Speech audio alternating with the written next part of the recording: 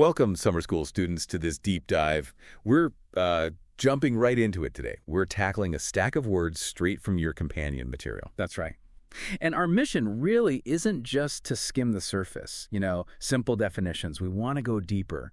We're here to really unpack these words, looking at them in, well, different ways the companion gives us.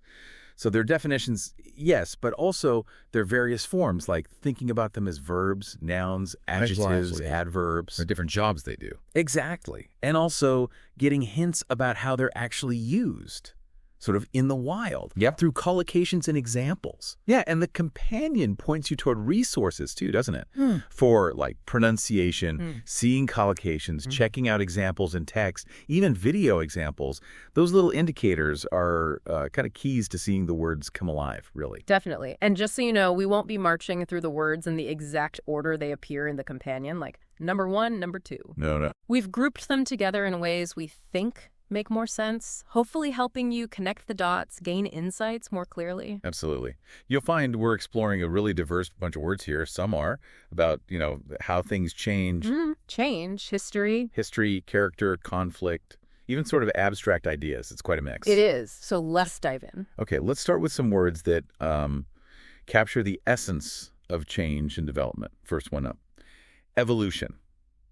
Now, your companion defines evolution, and that's a noun as the gradual change and development of an idea, situation, or object. Right. And what's powerful about evolution, I think, is that it emphasizes a process, a slow unfolding. Yeah, not sudden. Exactly. It's not just a single event. And you see that action reflected in the related forms the companion mentions. There's the verb evolve, things evolve, Ideas evolve. situations evolve. And there are adjectives too, like evolved, something that has changed and evolving, something that's, changing right now. It really helps us talk about transformation over time. Okay, sticking with change, but maybe something a bit more, noticeable. We have shift. The companion describes shift, again, the noun here, as a change in the way people think about something, in the way something is done, etc. And yeah, it's also a verb, shift, and there's an adjective, shifting. Right. So you might talk about a major shift in public opinion, or how the focus of a project shifts over time. It often suggests a movement, maybe an adjustment, from one state or position to another, sometimes quite a significant one. Right. Okay, moving towards making things better, there's enhance, this is a verb, and the definition given is pretty simple, to improve something. But your companion also lists the noun forms, enhancement and enhancer. And the adjective enhanced. Yeah, think about what gets enhanced. You might enhance the quality of a photo, maybe? Sure. Or enhance someone's learning experience, or even, enhance the flavor of a dish. An enhancement is the improvement itself. It's really about adding value or making something better than it was before. Okay. And another word for refining skill, maybe if you're already pretty good at something, is hone. This one's a verb. Your companion defines it as to improve your skill at doing something, especially when you're already good at it. Yeah, and it notes no other form is listed for this one, which kind of makes sense. It's very focused on the action itself. Yes, hone is almost always used with skills or abilities. Yeah. You hone your craft, like writing or playing an instrument. Right. You hone your negotiation skills. It's all about sharpening and perfecting, usually through practice. Gotcha. And if something has, faded away or stopped being used, but you bring it back? Yes. That's where revive comes in. As a verb, the definition is to bring something back after it has not been used or has not existed for a period of time. And the related noun is revival. A revival is the noun form of that action. Okay. You might see the revival of an old tradition, maybe, or the revival of interest in a forgotten band. Yeah, that happens. It's about restoring something to life or activity or popularity, bringing it back. Okay. And finally, in this group about change, a word that signifies making things stronger or more permanent. Cement. As a verb, your companion says it means to make something firm and strong. And of course, there's the noun cement, like the building stuff. Right, the gray powder. But this word is used really powerfully in a metaphorical sense, too, beyond building. How so? Well, you can cement a relationship, maybe by building trust. Or you cement an agreement with a handshake or, a contract. Okay. Solidifying it. Exactly. It's about solidifying something, making it harder to break or change, really firming it up. Got it. Okay, let's shift gears slightly then. Let's unpack some words used for describing things, ideas, and how we represent them. First one here is depict. This is a verb defined as to describe something or someone in writing or speech, or show them in a painting, picture, etc. Mm-hmm. And the noun form is depiction, and there's an adjective depicted. Right. So depiction is basically how something is shown or represented. Think about it. A painting depicts a scene. A novel depicts a character. A report depicts a situation. And the word itself is kind of neutral about accuracy, you know? Oh, interesting. Yeah, a depiction can be vivid, it can be accurate, or it could even be biased. It's just the representation. Okay. Now, for things with lots of small connected parts, often showing skill or complexity, there's intricate, an adjective, meaning containing many small parts or details. Your companion lists the noun intricacy and the adverb intricately. Yes, like an intricate pattern on a rug, maybe, or an intricate plot in a mystery novel, or an intricate piece of clockwork. Very detailed.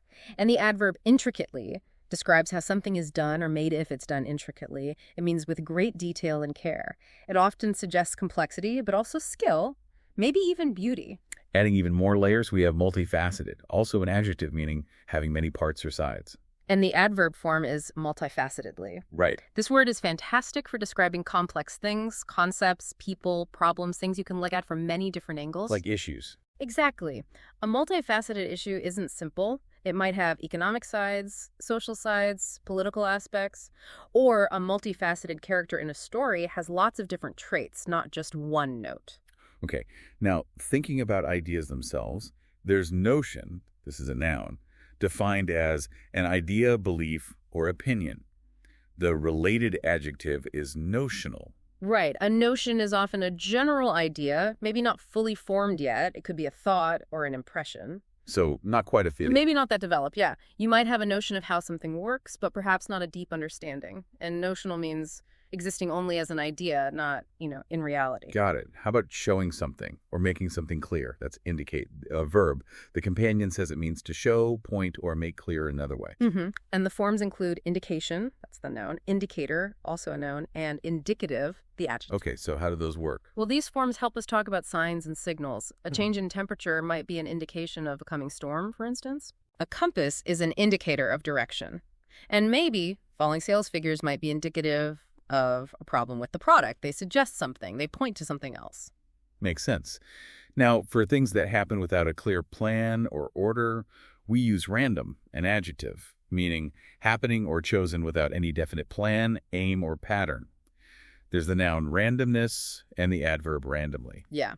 If events happen randomly, it's basically due to chance. The randomness of outcomes can be, frustrating or surprising sometimes. Sure. It's the opposite of something deliberate or planned or predictable. Just happen. Okay, and to give something emphasis, to show it's important, we can underscore this is a verb, meaning to emphasize the fact that something is important or true. Your companion lists underscoring as a related noun form, like the action itself. Yeah, it's like drawing a line under something on paper to highlight it, but you're doing it with words. You might underscore the importance of perseverance, for example, or underscore the need for change. It's a way of making something stand out as particularly significant. Got it. And for revealing something new, something previously hidden, that's unveil, another verb, defined as show something or make it known for the first time. Forms include unveiling the noun and unveiled adjective. Right. So an unveiling is often the event where something is revealed, like a new statue in the park or a new company policy or a new product launch. Mm-hmm. And an unveiled plan is simply one that has now been made public. It's about making something known that wasn't known before. Okay. Finally, in this description group, a word related to collective mindset. Spirit. The companion's definition here for this noun is a particular way of thinking, feeling, or behaving typical of a particular group of people, an activity, a time, or a place. And it gives spiritual as the adjective and spiritually as the adverb. Right. So this is really about the intangible essence or character of something. We talk about the spirit of a team, right? The spirit. Or the spirit of the zeitgeist or the holiday spirit. It's that prevailing mood or attitude or energy that kind of defines something or someone. Interesting. Okay, let's move on to words that connect us more to history and time. First up, era.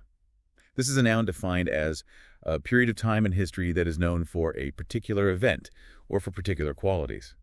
Right. An era is more than just like a number of years. It's a distinct period. It's marked by specific characteristics or events that really set it apart. Examples. Well, think of the space era, maybe.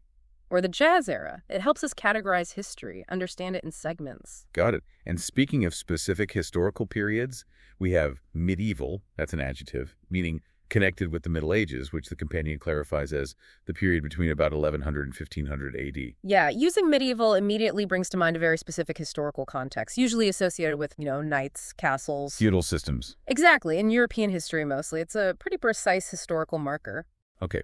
Now, to remember and honor someone or something important from the past, we commemorate, that's a verb, defined as to do something to show that you remember and respect someone important or an important event in the past. The noun is commemoration. Right. A commemoration is the event or the act of remembering. And celebrating history often. Maybe a ceremony to commemorate a battle. Or a building. Or a monument built to commemorate a historical figure, yeah.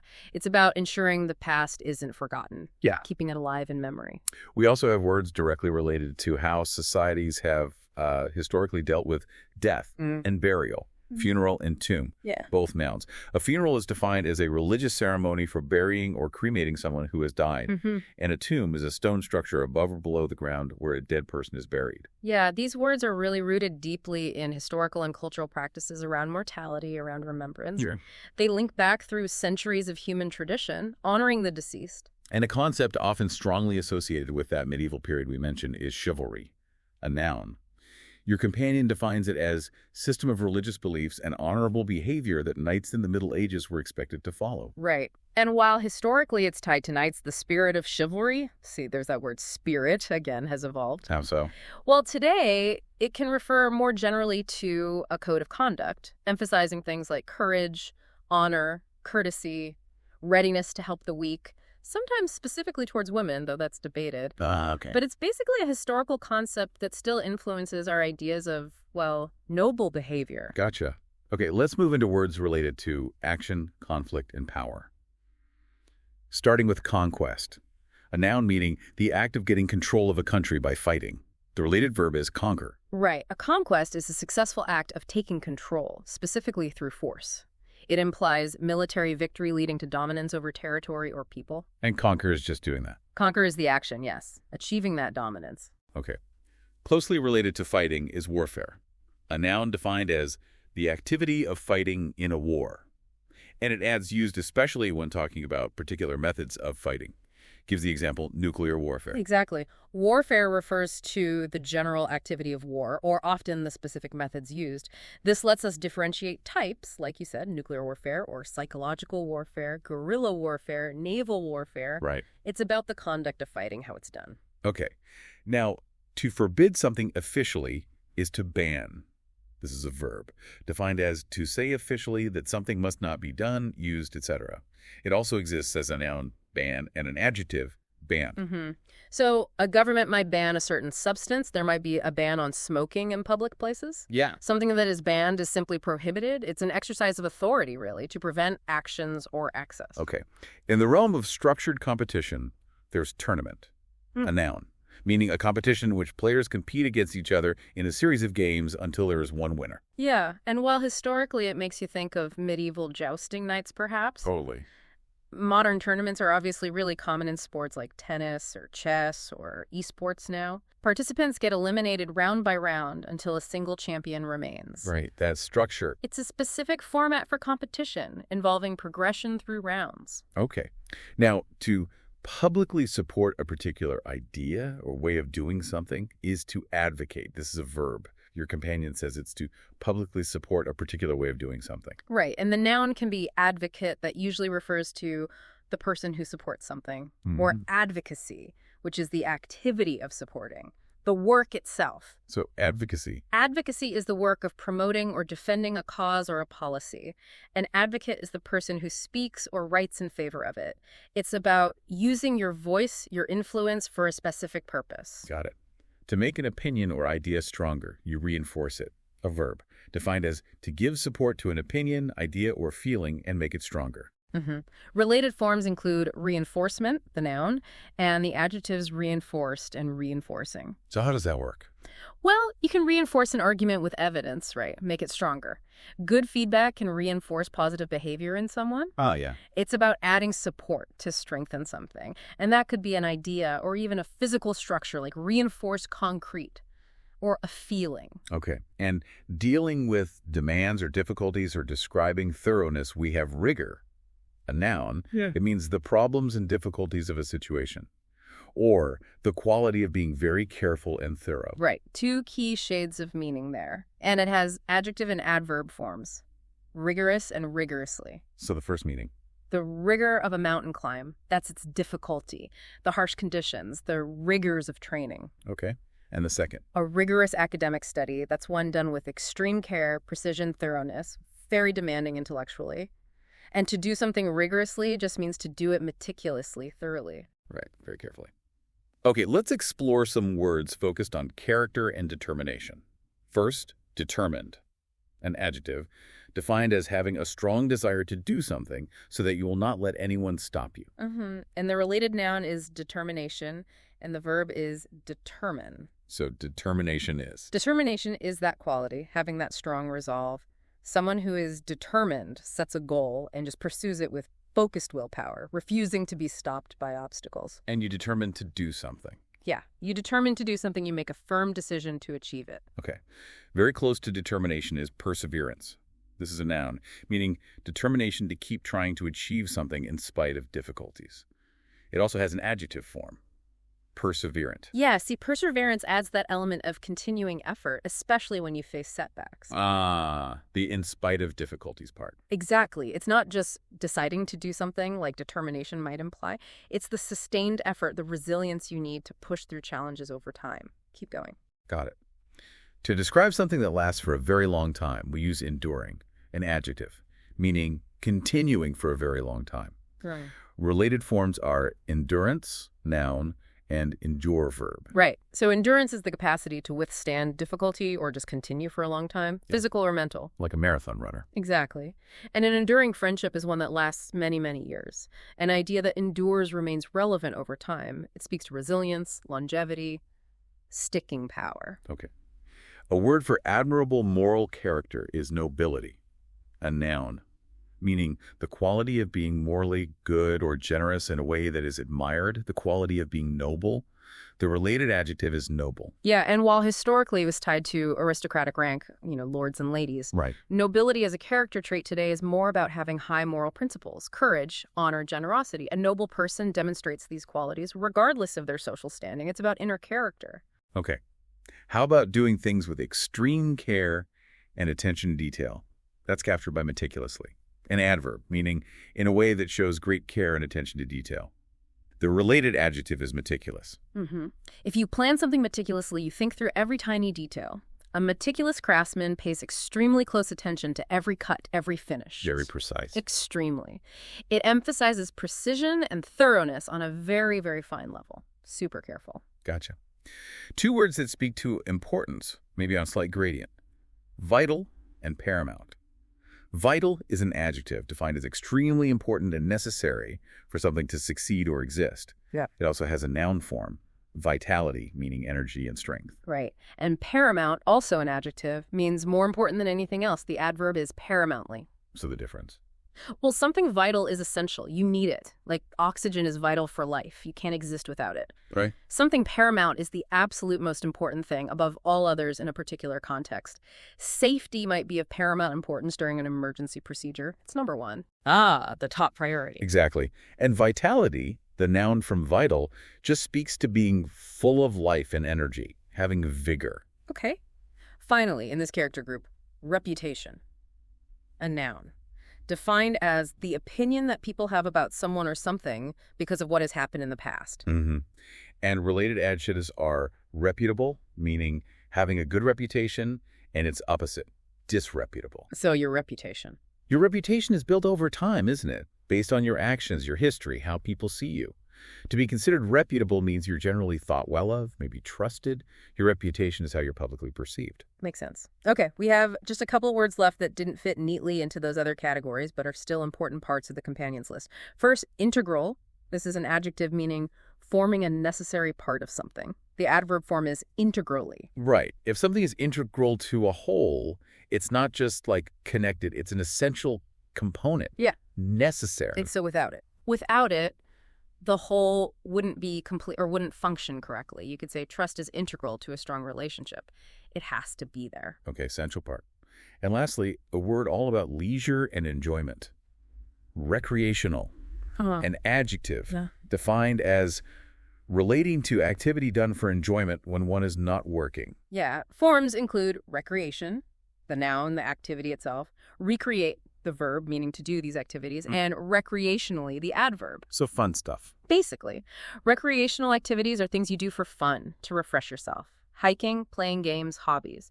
Recreation is leisure time itself. To recreate is to engage in those enjoyable activities, and something done recreationally is done for pleasure, not for work. Got it. Well, summer school students, we've just completed quite a deep dive into this fascinating stack of words from your companion. Yeah, we covered a lot. And by looking at not just the definitions, but, how these words change, form, verb, noun, etc., and how they're used in different contexts, insights your companion provides, you hopefully gain a much richer, more practical understanding. Mm-hmm. Getting a handle on these nuances quickly really is, I think, a shortcut to being well-informed, isn't it? It is. It builds your vocabulary toolkit, lets you understand the material in your companion with greater depth, and maybe even express your own ideas with more precision. Absolutely. So as you continue exploring your companion and encountering these words again, maybe consider this. How does the act of understanding vocabulary itself require some of the very qualities we talked about today? Like what? Well, like perseverance, perhaps, sticking with it, or rigor, being thorough, and paying meticulous attention to detail. Interesting point, yeah. And how might gaining this richer vocabulary help you understand, say, the spirit of different eras we discuss, or the multifaceted nature of the complex topics you're studying? Right, it connects back. Exactly. Mastering these words is an enduring pursuit. It takes time, but it's pretty vital, I'd say, for making the most of your learning journey. Keep at it.